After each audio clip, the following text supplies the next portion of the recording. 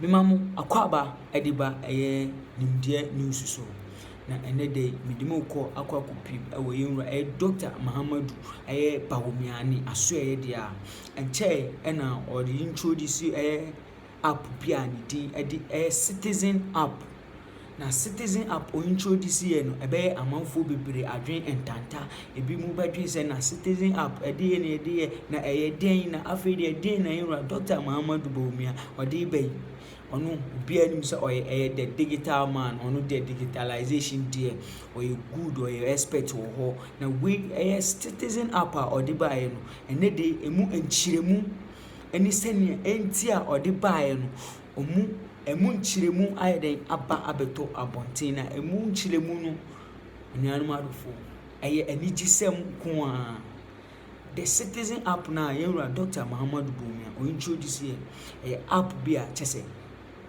ebeboa na we emu nchiremu no efiri office of the vice ho na aba na yenchen ho yenko ni nkonkote enchiremu ene sene enti a yenwura Dr. Mahama Bawumia o introduce sa app we de aba se emeboa oman Ghana yenko ni nkote bi. Rising cost of living, prices, and so attendant hardship, business is not thriving. All of these things turn on one thing: the value of the currency. So our economy sits on the dollar.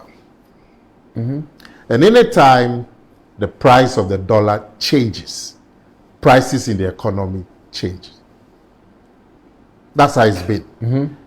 So that really has been the biggest issue in this. And when you track from when we started the liberal economy, and you see the value of the dollar, and you track the cost of living, it's almost 1-to-1.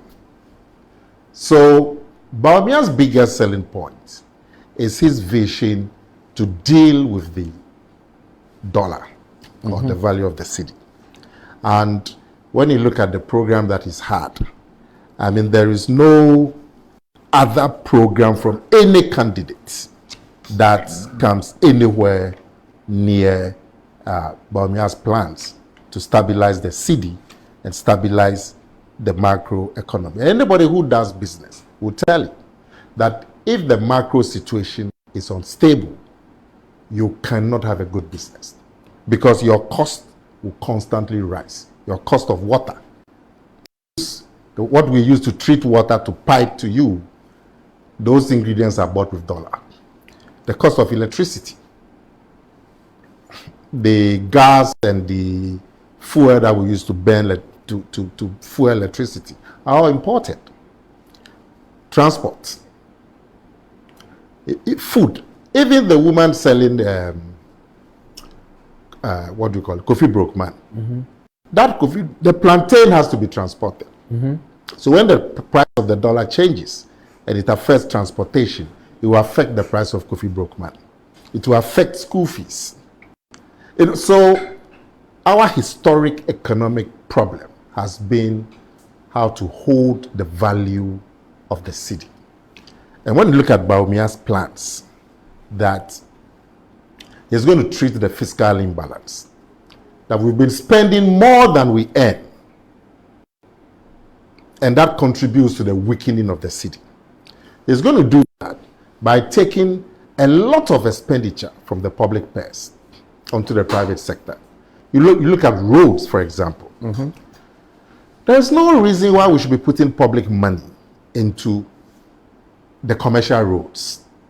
Accra Kumasi is a highly commercial road, which private sector with the right arrangements can be attracted to put in a 6-lane or a 4-lane and toll it to get their money back because of the volume of traffic. Accra Takrady the same. Look at the state of the road.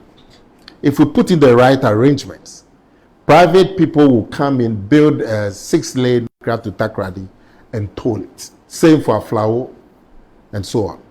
So all the public expenditure that can be done by the private sector because they can get their return will be shifted to the private sector. And that's going to take, by rough estimate, about 30 billion cedis off the public purse. Also, the other side of fiscal imbalance is to increase your revenue. His plans for increasing revenue are the best. Everybody is saying, yes, we would increase the tax net and expand the tax net, but they don't tell us how. Bawumia is saying that with the Ghana card, you now have about 18 million people who can be identified because they have Ghana card. And now your Ghana card is also your tax identification number. So you cannot be identified for taxation. So about 4 million people like yourself who are in formal employment, you pay direct taxes. The rest cannot be identified. They don't pay direct taxes. So 13 million people roughly are outside the tax bracket. But with the Ghana card now, they can be identified. Now, you are not going to do any complex tax on them, just a flat rate. 50 cedis or 100 cedis a month. And they can pay on their phones. And they get their receipts on their phones. And that shows that they are also paying taxes. And whatever benefits comes with it, they become eligible. So you are going to have, out of these 13 million people outside the tax bracket, if you take 2 million or 3 million to be students who are above 18, secondary schools and universities, you are looking at a cool 10 million people who would be who can pay 100 cedis or 50 cedis a month. That's why he's able to say that I'll take off VAT and I'll take off betting tax, because we are going to increase the tax net so much, and there'll be so much inflow, and it will be what you are going to pay and the mode of payment will be so convenient for everybody that people will come into the tax bracket and pay every month. And that is going to shore up government revenue. And the removal of huge expenditure to the private sector will also reduce government expenditure. And this is the most credible program for achieving fiscal balance. Because the fiscal, you heard what... So government is not going to be doing infrastructure? We are not going to do commercial infrastructure. That's infrastructure. I mean, the road in front of my house. So like building an airport, for instance, very commercial. Building an airport. Or building another terminal at the airport. Another terminal. You can have a private sector to build another terminal at the airport. And they run and then they run it and take their revenue. And the planes come and land there and they pay them. Even school dormitories. I mean, look at a model is what is happening at the University of Ghana. Now, the private hostels, I am sure, are bigger than the public hostels. Than the original, the traditional Legon Hall, Commonwealth. The private hostels. And they are still building. Because a process was put in place that made it attractive for private people to put in hostels. So now Legon's population is about 40,000. You know, when I was at Legon, the whole population was 5,000. You're right. Because we were limited to Volta Hall, Legon Hall. There was no way government could have matched up that expenditure. No. Absolutely no way. It's that same model. And when you go to some of these places with all these fantastic roads, they're all private sector. And you go a little bit. Look, can you imagine if you can have a 6-lane to Kumasi and you pay toll of, say, 50 cedis? But they are doing it now. They are doing the Kumasi now. Yes, but how many years has it taken? A long time. And every, you know... But they say they are going to put the tolls on, and people are resisting, but they say they're going to put it on. But we are going to just lift all of that from public expenditure, because all of those things contribute to the imbalance. And also, you can use your Ghana card to pass through the toll, and the bill will come to your phone. The tolling too is going to be digital. So the bill will come to your mobile money. This business of going to queue for 40 minutes to pay a 50 peso toll. So you show your Ghana card, you're gone. You're gone. It knows you. You're gone. You're gone. So that plan to reduce expenditure and to increase government revenue is the best chance that we have to achieve fiscal balance. And when you achieve fiscal balance, it makes your currency strong. It's also going to back the currency with gold, because gold is also money. Gold is something that you can also sell. Commodity. But the question for Bawumia really is that all of these things, he should do it now. He's vice president. Some of them are being done now, like the Credit Reference Bureau. They are being set up now, and I'm sure in the next few weeks he's going to launch the Credit Reference Bureau. Some of them are being done now, as we speak. Some of them, you need a totally different atmosphere. You know, so he cannot remove VAT now, for example, because It's a parliamentary process. That is not, but that is not even the policy of the government. But it's a parliamentary process. Yes. It's difficult. Yes, and he has to go there. You know. So the things that can be done now, some of them are being done now. The majority of the plans that he has, he needs executive power. He needs full executive power. So this. So the things that he's doing, just to be sure about the difference between Bawumia and Akufo-Addo, the things that he's doing, he's able to do them now. Is it because it is coming on the back of Akufo-Addo having laid the foundation of education seems okay, industries have started, and therefore on the back of that he can move to the next level? Yes, absolutely.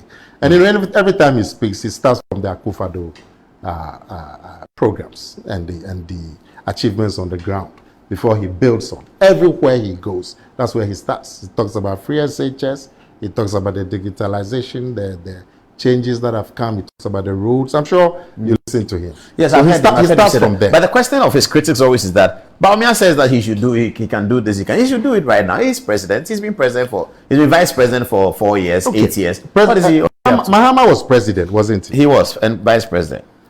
When he was president in 2016, he had a manifesto that was saying what he was going to do if he got back into power in 2017. He didn't ask himself, why didn't he do the things he said he would do in 2017? Because he was president. He had executive power. So that question that and it's usually the NDC people who make it, that point would not help them, because it applies even in a worse scale to Mahama, because he was president. And yet still, even as president, so you're saying that if the NDC query were to stand, and incumbents cannot have a manifesto? Yeah. But everywhere in the world, incumbents have manifestos. They They say what they are going to do. And the question will be, why haven't you done it now? And Bawumia really is not an incumbent. The incumbent is Akufo-Addo. I'll come back to that. Now let me finish with this gold. Let me finish. You see, now gold is also money. Gold is like the dollar. You see, and we have it in abundance. So this idea of taking gold to back the city has never occurred to our leaders. I can't understand. But Bawumia is saying that one of the key things that he's going to do is take the gold, refine it to a certain standard, so it can be used to back the city. Well, recently, one of these big multinational companies had about 3 billion cedis that they needed to change to dollars to send to their shareholders and to pay for some of their purchases and so on. This is just a couple of months ago. Can you imagine if they had gone into the market with 3 billion cedis to buy the dollar? The price would have just gone through the roof. They were offered gold to the value of 3 billion cedis, and they took it and went and sold it, and takes the pressure away from the city. This is one. So those would have been worse than 16. Well, if somebody had $3 billion to take to the market to buy dollar, what do you think would have happened to the dollar or the city? So this is a clear example of how we can use gold to back the currency. And when you go to some of these countries with major... But these things you are saying, they are not difficult. If I'm John Mahama, I can implement them too. There's no problem. Wow. Why should anybody then vote for Bawumia because of these things have you heard do? John Mahama talk about it? He hasn't, but he can implement them. Yeah, but have you heard him talk about it? He hasn't got the idea. If anybody comes and they want to do it, then they are taking the idea from Bawumia. But why would you go to somebody who will be a duplicate as against the original, the person who has the original idea? And so that is going to be a game changer. Now, what are the things that we use the dollar to buy? Many of these things that we use dollar to buy, chicken, rice, chocolate, and so on. There's going to be aggressive import substitution. More focus, not spread too much. Focus on 6-7 items, big ticket items that are major imports into this country, and make sure we produce that. Should have been done now. That should have been done by now, because in 2001, when you were minister, we had this problem. We could have had this conversation. In fact, we said 400 million at that time. Now it's 800 million. Yeah. Some progress has been made. Do you know? Do you know tiles, floor tiles? Floor tiles, yeah. We are now doing a lot of floor tiles in this country.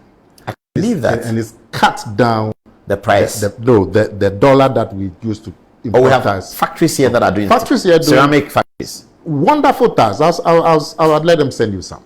Oh, I see. When you see them and they tell you they are made in Ghana, you won't believe. And it's cut down the importation of tires. Even rice importation. We've cut it down by 40%. Rice? Yes. Oh, yeah, we had an aggressive East Ghana rice. And you need to put more fire into that aggression. Focus on a few and make sure that we are self-sufficient. And when you look at his plans to ease the cost of living, apart from holding the value of the city, it's going to target housing.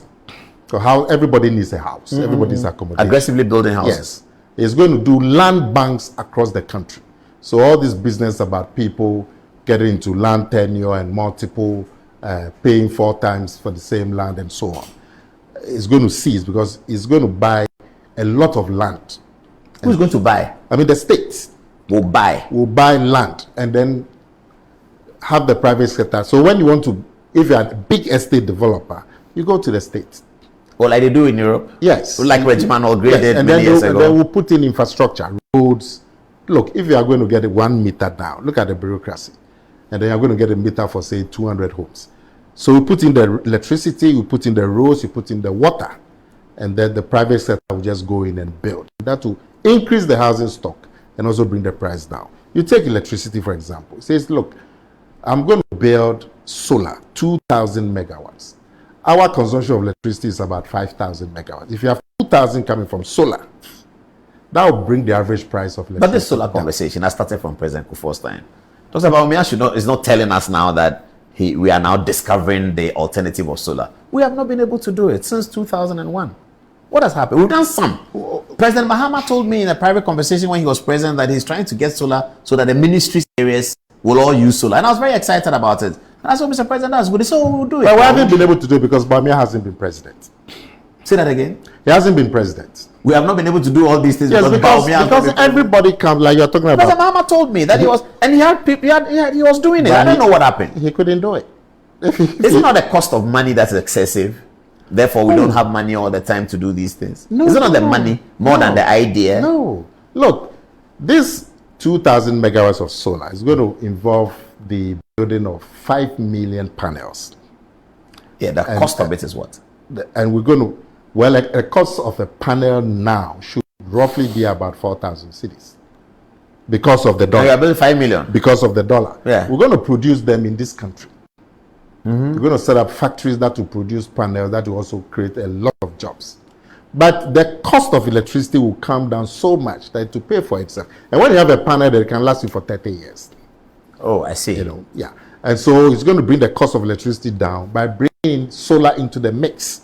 The mix now is water, which is the hydro, Akosombo and Bui. They'll give us maybe 1,000 megawatts. The rest are the thermals, which are very expensive. So if you have solar coming in, solar will even be cheaper than hydro. So solar will take care of public institutions, secondary schools, yes, universities? Yes. So that the government bill goes down. The main heavy lifting will go to the industries. But for lights and air conditioners and domestic household stuff, it can be powered by solar. And we have the sun. How can Germany have more solar facilities? Because they have more money. It costs money to do the solar. But it costs and money. We don't have the technology. We are buying the technology from Germany. Germany is not going to sell you their technology for you to compete with them. They'll sell it at a very high price. Solar is basic technology. It is. Nothing. We have not been able to do it. Compare that to buying a thermal plant. Well, that's more expensive. So, but that's faster. Thermal plants is more expensive, but it can come in 2 months and it's on. The solar is going to take a while. If you install, to finish and to install. Is that a long process? If you install solar installation, if you install 500 panels on this building, you don't need the grid. And you can install that in 2 weeks. I see. Yeah. And then transport is also one of the drivers of the cost of living. It says that we're going to have electric buses for public transport. I think it's going to come. It's going to start. Fiscal have seen this. Yeah. It's going to come to the ports very soon. And when you have electric buses, it's going to bring down the cost because they don't need petrol or diesel. And those maintenance that come from the combustion engines are all going to go. Which of the candidates has this vision? None of them. John Mahama will tell you, I will do a macro, I will try and get macro, stabilize the macro. He doesn't tell us how. In any case, he's been president for 4.5 years. I heard you talk about 3.5 years of doomsday. No, the doomsday started in 2012. Oh, it did? Yeah. Before he became president? No, when he was president. Or when he was president? In fact, in his first major address to the nation in September, he told the country about that doomsday and some 300 megawatts have been knocked off. I'll send you there. Oh, September, yeah, it's all in there. So it started in 2012. So it's actually 4 years. Actually 4 years. You know, so when you look at the programs, the vision that Bawumia has, and you compare it to the NDC, the NDC's thing is just platitudes. They say 24-hour economy. I don't know if it's genius. If you say 24-hour economy, is it a policy or the outcome of a policy? Sounds more like an outcome of a policy, but like clearly they have not been able to position it well. Policy. It's an outcome and what should be the major driver of 24-hour economy? Demand. People have spoken about it. Demand, industrialization. And you can't legislate demand. No. You have to create it. You have to create it. You can't legislate it. And the way when you ask them, say, oh, we'll sell Wache 24 hours. As if you can legislate that, hey, Wache sells by force, go and sell. Well, government doesn't sell Wache. Somebody says, individuals sell the farm because we'll give them electricity. How can you tell people, but when you look at what Bawumia is going to do, when you stabilize the macro situation, that is the first requirement for economic growth and for business growth. This is a Made in Ghana program, which is going to legislate. Those are the things by Parliament. By Parliament. Those are the things that will fuel demand. So the concrete things that Bawumia wants to do, those are the things that will stimulate demand and promote 24 hours. Not coming to tell us your vision, and then they say, now they say it's 24-hour nightclub. Is it nightclub, they said? Okay, but let me flip it. And I hope viewers are sending us text messages. Say, I like the combination of the two covers. I saw it on CNN. I was going to tell my producer that I do it like that. And I come so this is the way we do it. So you and me are there together. So the split scene. They split the screen for us. This your studio is very sophisticated. Oh, thank you. Thank you. Zoom Lion created it for us. Zoom Lion. The guy called Zoom Lion. He saved Metro TV by buying it because it was going really. I knew they would Metro TV. Yeah, of course. You were a member. Let me ask you this though. Let me. You talked about John Mahama and the cool thing. Yes, the point he made. Yeah, I heard you quite upset about it, and you have every right to be upset. But you see, what is even more ominous and dangerous and irresponsible about that statement is that John Mahama is in effect telling the military that why haven't you overthrown the government? That if it was me, you would have. You would have. So why haven't you overthrown it? That's what he's telling the military. Very, very serious. And it's such an irresponsible statement. And when I heard it, I'm like, wow. It's political campaign, but that's how I'm saying. Yeah, but what you are saying, that you are telling the Ghana military why haven't you moved? Yeah, because it's overdue. If it was me, you would have done it already. But in your time, there was no